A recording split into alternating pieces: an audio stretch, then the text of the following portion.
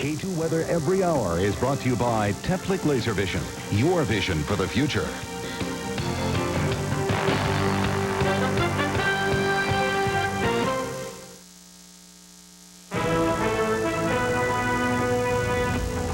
On World News tonight, the pardon issue grows. Another of Hillary Clinton's brothers is asked about obtaining pardons. The U.S. attorney expands her investigation. The Navy blames the submarine commander for sinking the Japanese fishing boat. We have the details of the investigation. Cutting money for education in schools that can least afford it. 750,000 children being left behind. And a good animal story. He survived the fires in Montana. He's been to rehab, and now he's going home. From ABC News World Headquarters in New York, this is World News Tonight with Peter Jennings. Good evening, everyone. The Clinton pardon saga keeps getting worse. Some people would say downright sordid.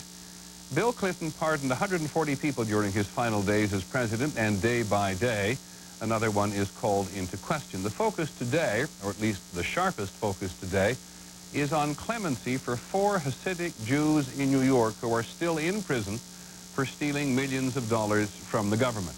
ABC's Jackie Judd is in our Washington bureau. I know it's getting a bit complicated. Jackie, where would you like to start? Well, it is getting quite complicated, Peter, but actually the federal prosecutors here are looking at a very simple question. Did money affect Mr. Clinton's actions?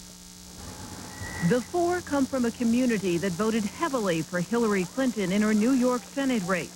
Suspicions were raised that Mr. Clinton granted them clemency as a kind of favor in return. After Mrs. Clinton's successful run, she was part of a White House meeting where Hasidic leaders pushed the president to commute the sentences. I never made any view known one way or the other at any time. But ABC News has learned that prosecutors now want to know if money, perhaps political contributions, played any role in any way in Mr. Clinton's decision. More of the Clinton family may be swept up in this pardon controversy.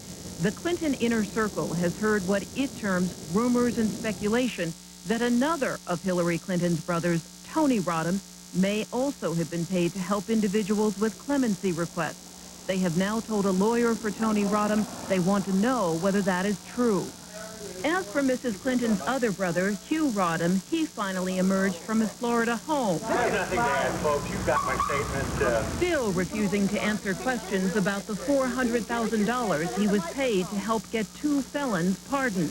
One, drug dealer Carlos Vignali, had his prison sentence commuted. Today, congressional investigators are looking into whether Vignali paid yet another Clinton relative, the president's brother. Roger Clinton insists he did not receive any money from anyone. He told the Los Angeles Times today he promised 6 close friends he would get them pardons, but in the end, he failed. Congressman Dan Burton is heading an ever-widening House probe into the pardon. First, did they get money for what they did? Second, was there a quid pro quo? And in another development today, Senator Clinton's campaign treasurer says he supplied the legal work, but not the political access for 2 men seeking presidential clemency. ABC News has been told it was Harry Thomason who got the ball rolling with a phone call to the president. Thomason is a Hollywood producer, a Clinton friend, and a friend of the 2 men. Mr. Thomason's role in this pardon consideration was an important one. Thomason said tonight that he acted ethically. Also tonight, Peter, one congressional investigator cautions that the picture even now is still so incomplete from the final days of the Clinton presidency. He still doesn't know how much there is left to uncover. Thank you, Jackie. Jackie Judd in our Washington bureau. As we said, there are 140 pardons granted by former President Clinton. But let's stick for a moment with the embarrassment for both Mr. and Mrs. Clinton by their respective brothers. The brothers have proven to be troublesome before. Here's ABC's John Cochran. ABC News has learned the Florida Bar Association will soon start a preliminary investigation into whether Hugh Rodham violated ethics standards when he accepted money for his efforts to obtain pardons. In California, there was no sign of the former president's brother Roger at his house. His role in obtaining pardons has also been questioned. Last weekend, he was booked on a drunk driving charge. From the start of the Clinton years, the White House worried that Roger, a convicted drug offender, would be a major embarrassment. The FBI investigated allegations that he tried to sell his influence with his brother. But Roger proved to be less of an embarrassment than Hillary Clinton's brothers, Tony and Hugh. They cozied up to officials in the former Soviet Republic of Georgia, hoping to make a killing exporting hazelnuts. White House officials ordered them to end the deal. Hugh Rodham was also criticized for using his influence on the president during a multi-billion-dollar lawsuit against the tobacco industry. Unless the President of the United States sets high standards and demands those of his relatives as well as his staff, that you're going to have all sorts of ethical violations occurring on the periphery. For a long time, the Clintons' aide sympathized with them, saying, you can't choose your relatives. But sympathy for them is in short supply now, even from their friends.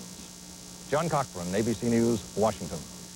In the other big news of the day, we have learned that the Navy is going to be very tough on the submarine commander for running into and sinking that Japanese fishing boat. The Navy has completed its preliminary report on the accident, and tradition suggests that whatever the crew's individual mistakes, the commander gets the brunt of it. ABC's John McCarthy is at the Pentagon. John. Peter, ABC News has learned that preliminary report by the Navy does indeed pile up a lot of critical elements against the Greenville skipper, Scott Waddle. Sources say the report calls into question the way Waddle maneuvered the submarine and his apparent rush through critical steps before and during his periscope search. Sources close to the investigation say there were at least a dozen mistakes, miscalculations, and unfortunate coincidences that led to the accident. When the USS Greenville rose to periscope depth, investigators now believe the Ehime Maru was only about a mile away, directly behind the submarine. The captain and officer of the deck both looked in that direction through the periscope but did not see it. Sources say after searching the horizon, the Greenville accelerated to 15 knots, dove to 400 feet, and made a sharp left-hand turn, reversing its course. It was then speeding directly for the Japanese fishing boat, with Commander Waddle believing he was heading into clear water. Naval investigators now believe the Greenville did have sonar contact with what turned out to be the Ehime Maru at a distance of about 2 miles and again at 1 mile. But it appears the fire control technician, apparently not trusting his own calculations, did not tell the captain and marked the surface ship at more than twice the distance it really was. As for the 16 civilian guests, it turns out they may have been a significant distraction. The Navy investigation concludes that the civilians did impede communication in the control room and that several civilians were crowded around one of the periscopes when the captain and others were searching the surface for any ships in the area. Peter? Thanks, John. John McCarthy of the Pentagon. You can't be in Washington as we were yesterday without understanding the full scope of the Robert Hanssen spy case. It is truly beginning to register. One agency after another is being told to check its security system. ABC's Pierre Thomas is with us in Washington tonight. Is there any agency that has not been included in this check your security system alert? Peter, sources tell ABC News a comprehensive review spanning military and intelligence agencies is now underway. ABC News has learned the FBI has sent letters warning a number of agencies about specific compromises, including the CIA and the Departments of Defense and State. The areas of damage range from the uncovering of U.S. spies to information about spy satellites aimed at Russian facilities and codes used for disguising communications. Harry Brandon once oversaw FBI counterintelligence operations. They will be looking at what they need to change operationally, procedurally, and unfortunately and realistically, there may have been emergency changes made with regard to ongoing operations. There's a growing fear that the Hanssen spy case may rival the Aldrich Ames CIA scandal, one of the worst episodes of espionage in U.S. history. Hanssen had extraordinary access. He knew about the military, he knew about NSA, and he knew about the State Department. So he really had a good sense about him, certainly more than most, considering the positions he held. Peter, as you know, earlier this week, officials described the situation as exceptionally grave. It's becoming increasingly clear what they meant. Thank you, Pierre. Pierre Thomas in Washington tonight. Well, the Secretary of State, Colin Powell, has left Washington today and gone off to the Middle East. No wonder Iraq is on his mind. It's the 10th anniversary of the Gulf War. Tonight, we'll also take a closer look at schools which are collapsing despite all the political promises. and people will not pay higher taxes. And finally this evening, the most famous survivor of last summer's wildfires, going home. This is World News Tonight with Peter Jennings. Brought to you by Office Depot.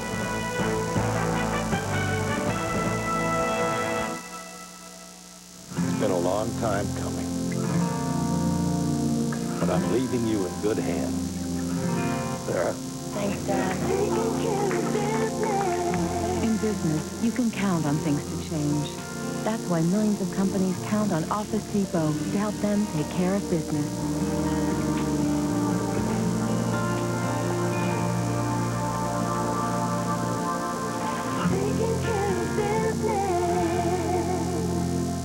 Eating Quaker oatmeal every day for 30 days helps lower my cholesterol 24 points. 203, take away 24 leaves 179. With Quaker oatmeal, removing cholesterol is simple subtraction. Quaker oatmeal warms you heart and soul. Black gold. You can make money in oil if you know where to look. Janice drills into companies by looking in person.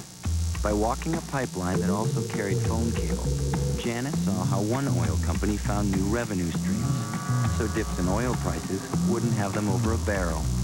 By tracking down the story, Janice found a stock worth gushing about. Get there. Janice Mutual Funds. In this place, I see a lot of gas. I also see a lot of folks taking medicines that don't fight gas. But Gas-X has the most powerful medicine to relieve gas fast. Nothing I've seen works faster. Gas-X beats the bloat fast.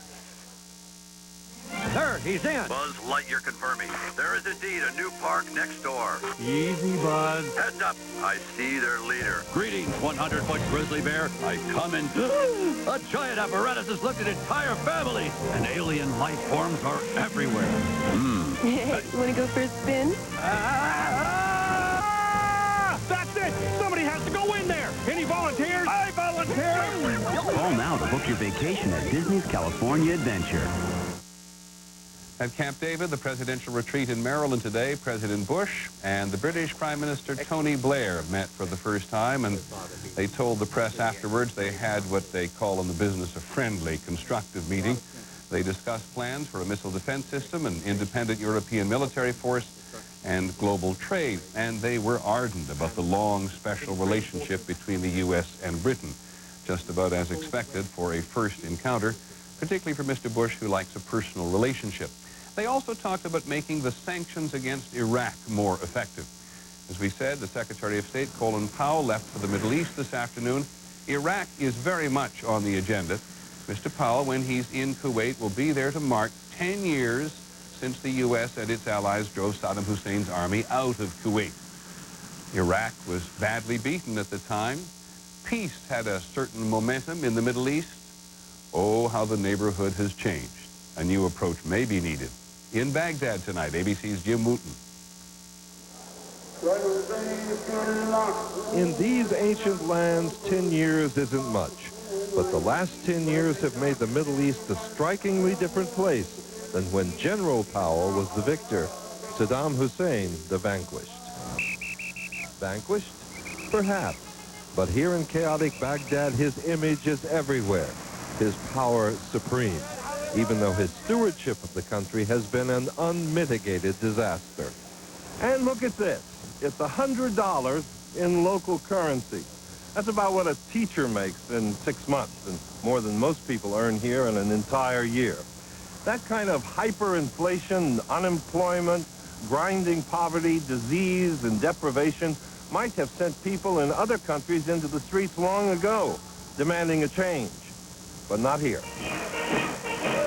Whether from fear or loyalty, Saddam's regime is unchallenged. No wonder the U.S. is reassessing its policy on Iraq.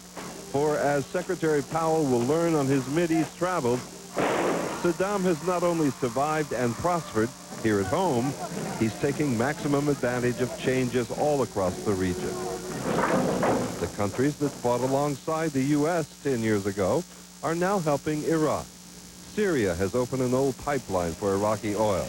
Egypt is now Iraq's largest trading partner, more than $1 billion a year and growing. and Saddam is exploiting something else. Violence in the West Bank and Gaza. Today, the family of every Palestinian killed is promptly presented with $10,000 from Saddam Hussein. His portrait is proudly carried in most demonstrations, displayed in many homes, and throughout the region he is revered by millions as the only Arab leader in the last 10 years to attack Israel and challenge America. Jim Wooten, ABC News, Baghdad. Back home again, on Wall Street today, the Dow Jones Industrial Average was down almost 85 points to close at 10,441. It was down almost 358 points for the week.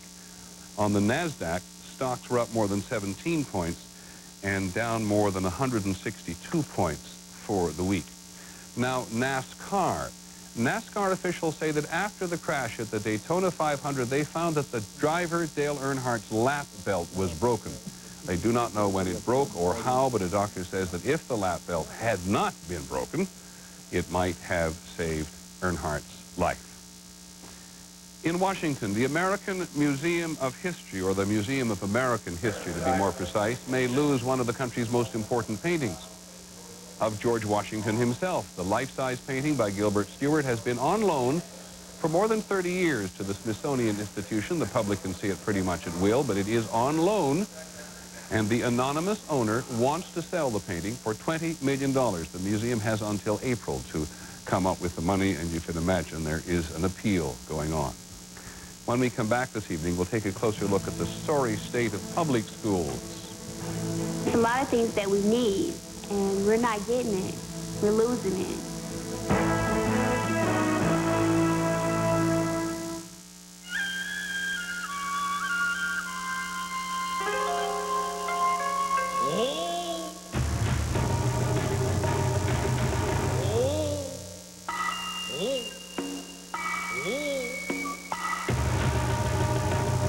With MSN Money Central, you've got the #1 ranked financial site to check all your accounts from any web connection, anytime.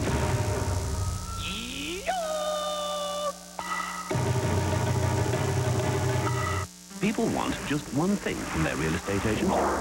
Everything. And RE/MAX agents deliver, averaging more than 13 years' experience to weather any storm.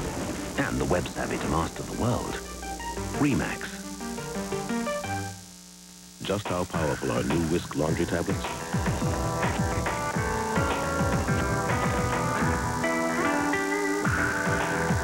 So powerful, it's as if dirt never happened at all.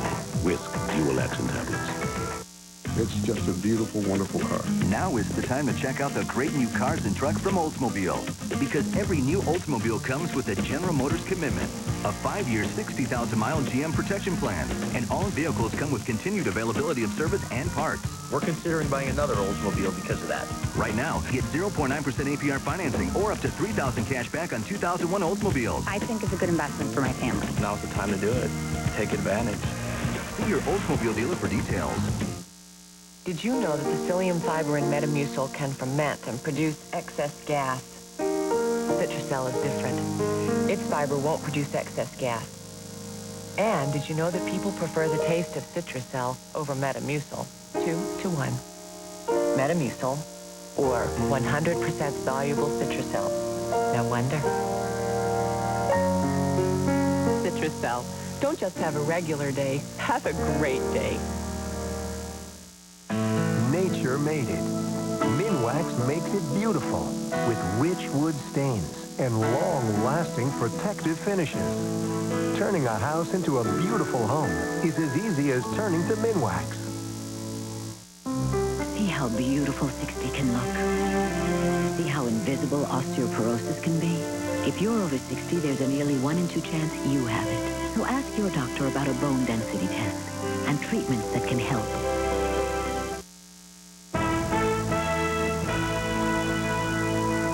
In the course of a week, as we see every day, a president is obliged to have something to say on a lot of subjects. But President Bush has taken a lot of time this week talking about his favorite subject, education. He announced, among other things, that the Department of Education, the federal department, is going to receive the largest budget increase of any department in the federal government. Well, we're going to take a closer look tonight at just how crucial money is to a public school. ABC's Jeffrey Kaufman reports from Butler, Alabama. They are being trained to be citizens of the 21st century. I pledge allegiance to the flag of the United States of America. Never mind that their school was built in the early 20th century, or that the classroom globe is more than a decade out of date. As you can see, our school is not the best looking school. Or that the trailer park of 40-year-old portables does double duty as the school gymnasium. It's no better across the street at Choctaw County High. You have to move desks because the rain's leaking in on the roof. And it's about to get even worse. This year's budget, we'll lose about $600,000. The state has ordered Vernon Underwood, the county superintendent of education, to cut 6.2% from his school budget. Are we talking here about cutting fat? No, we're not cutting fat. We're cutting muscle. And if we're not careful, we'll be cutting bone. Choctaw is a poor rural county, untouched by the prosperity of the last decade. And so, the tiny school board here is preparing to lay off 8 teachers and just as many teachers' aides. Remedial classes for problem learners will have to go. New textbooks will have to wait. In most states, half the education budget comes from property tax. Here, almost none of it does. Instead, it's from sales and income tax. And so, with the state's economy softening, the first casualty is right here in the classroom. My signature will not be on any kind of tax increase or any mandated tax against the people of this state. These kids know exactly where they stand. We asked them if the education here is as good as it is elsewhere in America. Put your hand up if you think so. No one? If the students here are disillusioned, so too are the people who run these schools. After 39 years as a teacher, principal, and now superintendent, Vernon Underwood resigned last week. The public school system has become the whipping boy for this, not only for the state sometimes, it's become the whipping boy for the whole nation. And I resent that. The public school system has been the greatest thing going that this country has for it. It's the great equalizer in this country. But here in Choctaw County, that dream of equality becomes more elusive with each cut. Jeffrey Kaufman, ABC News, Butler, Alabama. When we come back this Friday, dare we say an uplifting story. The orphan who learned from humans what his mother couldn't teach him.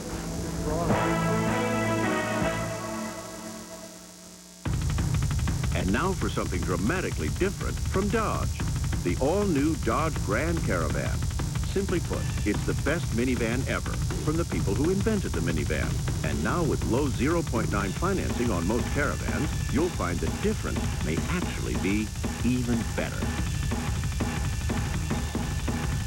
Dodge Caravan. Different.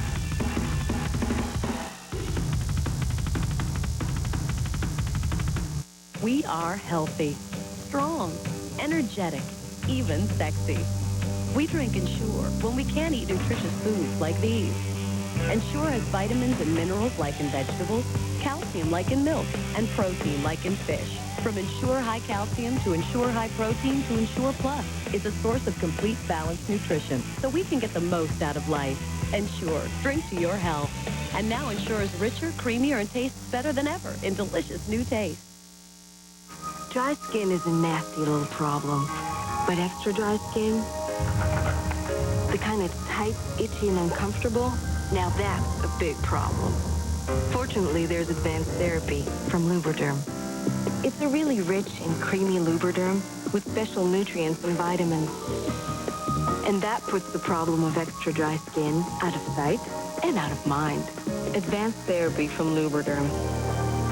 Later, Gator. Dad, why do you shave? Oh, because I don't want a beard. Why do you wear a tie? That's easy, because I have to. Dad, why do you always eat Cheerios? Because Daddy's cholesterol's kind of high. And a study shows the whole grain oats in Cheerios can help lower cholesterol when part of a low-fat diet. Why do you have high cholesterol? Well, because Daddy used to eat not such good things before he met Mommy. Daddy? The one and only Cheerios. What if you cause a serious accident? How much coverage should you have? Do you want lower premium or a smaller deductible? What about rental car reimbursement?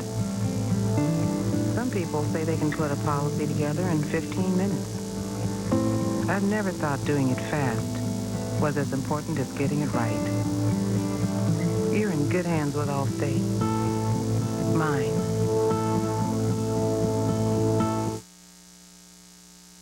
Hi, everybody. I'm Steve Dunn, and coming up next on K2 News at 6:30, a Vancouver company closes doors at its second location, and now state ecologists say they're worried about the potential for a new toxic problem, and they're battling water shortage concerns on their own. Tonight, visit a town that claims to be drought-proof. K2 News is coming up next. See you then. Nice to end with a survivor. Last summer, as you will well recall, there were extraordinary wildfires throughout the country. They destroyed 7 million acres of American forests and grassland, and much of it was in the West. The devastation was enormous. It happened largely in places where there were very few people, but there were a vast number of animals. And one of them who escaped has become something of a celebrity. Here's ABC's Judy Muller. He is the most famous survivor of last summer's forest fires in Montana's Bitterroot Valley. An orphaned black bear cub, found emaciated and alone, his paws badly burned. If he had not been rescued, he would surely have died. An animal with severely burned paws like that is going to be very compromised as far as its ability to survive in the wild. The year-old cub was sent to the state's wildlife shelter as part of a program aimed at returning orphaned bears to the forest. Zoos are full. Bears live so darn long in captivity, 30 years or so. We used to do that a lot, but there's no place that'll take them. In the wild, cubs are taught by their mothers to forage for food. At the shelter, caretakers try to compensate by fattening up the cubs enough to carry them through winter hibernation and through the period when they'll have to learn to feed themselves again.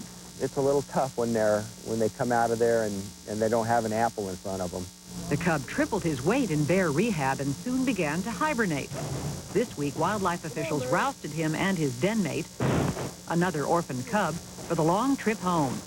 Loaded onto a truck, they headed into the mountains, where biologists tranquilized them, tagged them, the Bitterroot cub is officially number 244, tattooed them, He'll have a tattoo for the rest of his life right in his upper lip. attached a radio collar, and measured them head to toe. Yeah, they look really good. The bears were then loaded onto snowmobile sleds. Time is crucial. The cubs need to be in their new den before the drug wears off. Finally, the last leg. Okay, ready? Go. Hauled up a steep cliff in deep snow to a den prepared for them in advance. The cubs began to wake up, but would soon slip back into hibernation. The den was covered with logs, boughs, and snow, enough to protect them, but not enough to trap them. And what they do is they get in here and the snow is melted by then. They weasel apart the logs. This man-made den was designed to simulate the real thing, a cozy cave dug into a north-facing slope so the sun won't melt the insulating snow. And biologists have packed it with straw from the shelter so the cubs will feel at home. The real challenge begins when they emerge. Cubs in this program have about a 45% chance of survival, so nothing's certain, except for this. Come spring, these two will awaken to a whole new world, or perhaps the one they've been dreaming of. Judy Muller, ABC News, Teton Pass, Montana. We hope you have a good weekend. I'm Peter Jennings. Good night.